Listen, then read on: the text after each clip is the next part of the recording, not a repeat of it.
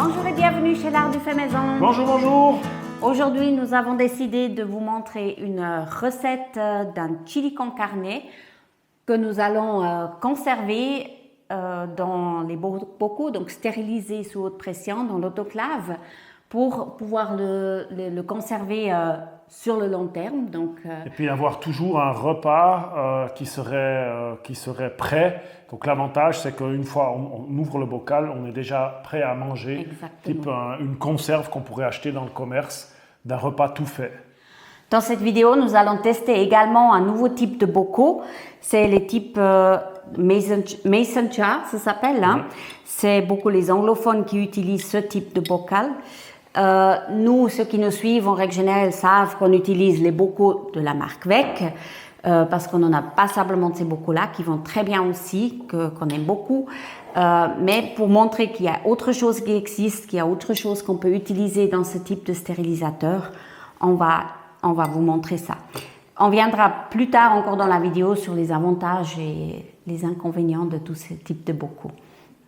Pour faire cette recette de chili con carne, c'est très simple. Après, ça dépend. Le chili con carne qu'on veut faire, évidemment, de ce qu'on veut mettre dedans.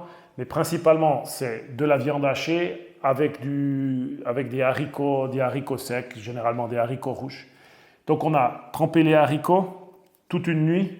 Donc, de hier soir à ce matin. 12 à 18 heures. Hein. Ce matin, j'ai changé l'eau, j'ai remis de l'eau, je les ai cuits 30 minutes. Ce n'est pas suffisant, mais c'est ce qui est nécessaire pour qu'à la fin de la stérilisation, les haricots soient suffisamment cuits pour pas qu'ils soient tout mous et que la stérilisation, elle ait le temps de se faire parce que le processus dure à peu près 90 minutes, je crois. Ensuite, dans la viande, pour l'instant, j'ai simplement mis du sel, grillé donc la viande hachée, salé et mis les oignons. J'ai encore pas mis d'autres épices. Donc à la base, on avait un demi-kilo d'haricots secs. On avait 1 kilo de viande hachée que j'ai donc grillée, etc., salée. Je mélange le tout. Donc, pour cette recette, on va rajouter du jus de tomate parce que c'est bien liquide. Ça, c'est souvent une sorte de déchet quand on fait les concentrés ou les ketchup. On sort le jus de tomate, on les garde pour faire des soupes ou pour faire ces recettes. Ouais, ça, c'est parfait. Donc là, il va falloir que j'aille assez haut dans ma casserole. J'en ai plusieurs. Et finalement, ces jus, ils sont super parce qu'il reste vraiment encore beaucoup de tomates. Voilà, ou quand on fait les pizzas. Je vais également mettre du coulis. Alors, dans les conserves de coulis, là, il y a tout. Il y a l'eau, il y a la tomate. C'est un peu plus concentré. C'est un peu plus concentré. Un peu plus de goût.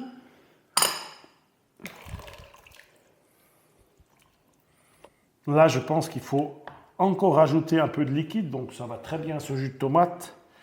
Donc, on serait à pratiquement 3 litres de jus de tomate et 1 litre de coulis pour cette recette. Et ça, maintenant, on va simplement la cuire quelques minutes pour qu'elle devienne chaude. Maintenant, on va juste la chauffer et l'assaisonner pour pouvoir goûter aussi. Ouais, que ça soit bon. Ça soit bon à manger parce que voilà, exact. C'est clair. Donc, on a choisi de mettre du paprika pour un peu renforcer le goût. De la poudre d'ail, vous pouvez utiliser de l'ail frais. Comme ici, c'est en conserve, on aime bien utiliser aussi la poudre d'ail qu'on a fait nous-mêmes. Et bien sûr, ça ne serait pas un chili sans un tout petit peu de force. Hein. Ça, c'est optionnel. ça, c'est optionnel. Et puis du sel, bien évidemment. Du sel et du poivre, évidemment, ouais. Alors après, on peut mettre de l'origan, on peut mettre... Après, c'est à vous de voir. On pourrait même aussi...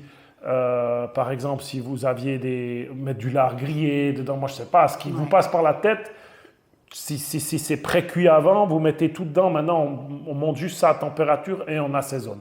Vous auriez pu rajouter par exemple des poivrons ou du bacon grillé, etc. Donc je viens là-dessus parce que si vous rajoutez quelque chose à cette recette, si c'est du poivron, le mieux c'est de l'avoir assaisonné, préparé, cuit avant. Et le bacon, comme je l'ai dit, il faut qu'il soit grillé avant qu'il rentre dans cette recette.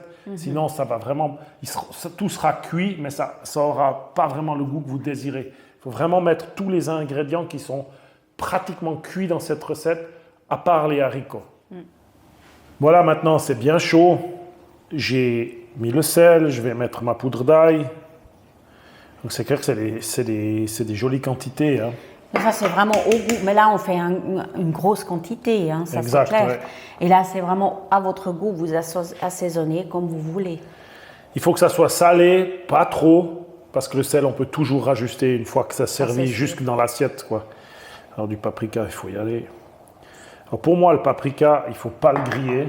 Je le dis parce que des fois, je vois qu'on met ça dans la viande lorsque c'est grillé. Autant le curry, c'est une épice qu'en chauffant, elle devient meilleure. Le paprika, en chauffant, il perd de sa saveur. C'est vraiment... Puis il est mélangé à un liquide quand dans la recette, meilleure sera sa saveur dans votre plat. Donc voilà, mon assaisonnement est parfait. C'est parfait. Maintenant, ça a plus l'air d'une soupe, mais c'est pas grave. Un chili con carne, ça devrait cuire. Sûr. Maintenant, on va faire ça là-dedans. Maintenant, on va remplir les bocaux. Donc, il faut veiller qu'on prend toujours suffisamment de viande et suffisamment de liquide, qu'on n'a pas tout d'un coup dans un verre plus que du liquide. Ce qui est très important, c'est qu'on laisse vraiment 2 cm et demi de libre depuis le bord inférieur parce que ça va encore gonfler, donc on ne doit pas trop les remplir les bocaux. Donc ces bocaux, ils sont ce qu'on appelle des pints et des quarts. Donc la pint, c'est à peu près un demi-litre et les quarts, c'est à peu près 1 litre. Comme ça, c'est plus simple pour nous. Ici, j'ai mis les couvercles à tremper juste dans de l'eau pour faire le meilleur contact, hein, dans de l'eau avec une goutte de vinaigre toujours. Et j'utilise directement cette eau pour nettoyer bien les bords. Ça, c'est toujours, quand on fait de la conserve comme ça, très important d'avoir un bord très très propre. C'est très important que ça soit propre afin que le contact se fasse bien et que le joint, il va vraiment se faire entre le couvercle et le bocal. Donc, la spécialité de ces bocaux, ils ont un couvercle, un disque comme ça qu'on va simplement venir poser dessus, sur chaque verre. Il est doté d'un joint en caoutchouc ici. Très très petit, hein? Oui. Très fin. Et ça, c'est en fait le seul consommable dans ces bocaux-là. C'est ce couvercle-là qu'il faut chaque fois en utiliser à nouveau quand on fait une conserve. Ensuite, on prend l'anneau en fait. Ça, c'est réutilisable à chaque fois. Hein. L'anneau qu'on va mettre sur le bocal et on vient visser dessus. On ferme bien. Nous voilà prêts pour aller en stérilisation. Je rappelle que c'est une stérilisation sous haute pression qu'on fait ici, hein, avec cette marmite CanMate. Une chose que j'ai remarqué qui est très très important après plusieurs utilisations, c'est vraiment très important, après chaque utilisation bien sûr, de enlever le joint en silicone, de bien nettoyer ici où le joint il est posé dans le couvercle. Il suffit qu'il reste un tout petit peu quelque chose et l'étanchéité ne se fait plus. Parce qu'il y a quand même, on a fait passablement de bouillon et c'est clair, il y a quand même de la graisse qui passe et ça empêche de faire ce joint d'étanchéité comme donc il faut. Ça, c'est vraiment très important de nettoyer. Chaque fois bien nettoyer la casserole après chaque utilisation. Après, on vérifie bien que le joint est mis, bien sûr. On prépare notre casserole avec la grille de fond. On met 3 litres d'eau au fond de la casserole. Là, vous pouvez déjà mettre de l'eau chaude dedans sans problème. Et on pose les bocaux au fond pour qu'ils soient posés librement, qu'ils ne sont pas encastrés, hein, qu'ils peuvent un peu bouger. Et on arrive donc avec ces bocaux, on arrive à en poser 7 dans la casserole. Avec l'évêque, on arrive qu'en poser 5. Hein. Ça, c'est donc l'avantage avec ces mason jars où on peut faire plus de quantité en une fois. Ensuite, pour la fermeture, donc on enlève le poids qui est dessus. Hein. On vérifie que la valve elle est bien libre, qu'on voit à travers. On actionne le petit clapet là-dessous pour faire tomber la deuxième valve de sécurité, le goupillon de sécurité. On pose notre couvercle, on ferme la casserole et on enclenche à grand feu, donc pour vraiment pouvoir monter en température.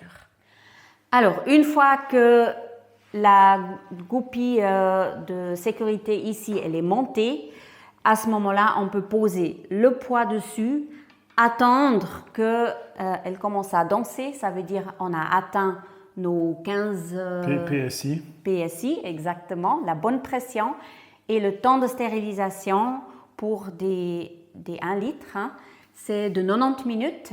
C'est à partir de ce moment-là, donc qu'on a atteint cette pression, que le décompte, il se fait. Hein.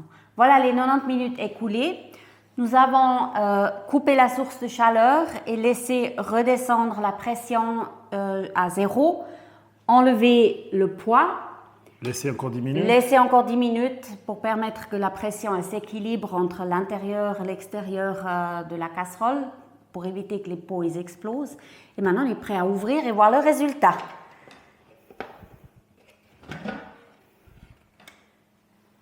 Voilà. Et ça sent déjà bon.